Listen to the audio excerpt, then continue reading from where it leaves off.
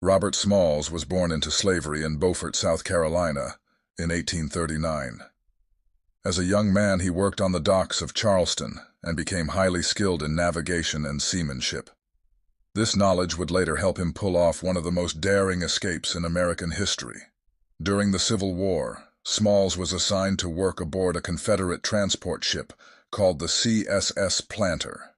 The ship was used to transport weapons, supplies, and troops for the Confederate Army. Smalls, along with other enslaved crew members, devised a plan to seize the ship and escape to freedom.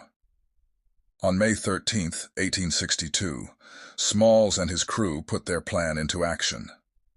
While the white officers of the ship were asleep on land, Smalls and his men took control of the planter. Disguising himself as the ship's captain, Smalls wore the captain's uniform and imitated his mannerisms.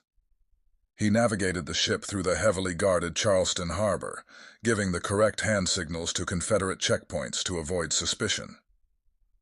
Once out of Confederate-controlled waters, Smalls steered the ship toward the Union blockade. He raised a white flag, reportedly made from a bedsheet, as a sign of surrender. When Union forces approached, Smalls delivered the planter, along with its cargo of ammunition and weapons, to the Union Navy. Smalls' act of bravery was widely celebrated in the North. He and his crew were rewarded with prize money for delivering the Confederate ship. His actions also helped convince President Abraham Lincoln to allow black soldiers to enlist in the Union Army. Smalls himself became a naval pilot for the Union, and later commanded the very ship he used to escape. After the war, Smalls returned to South Carolina, became a successful businessman, and entered politics.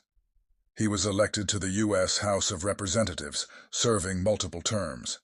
He also purchased the home of his former enslaver and allowed the man's widow to live there in her final years.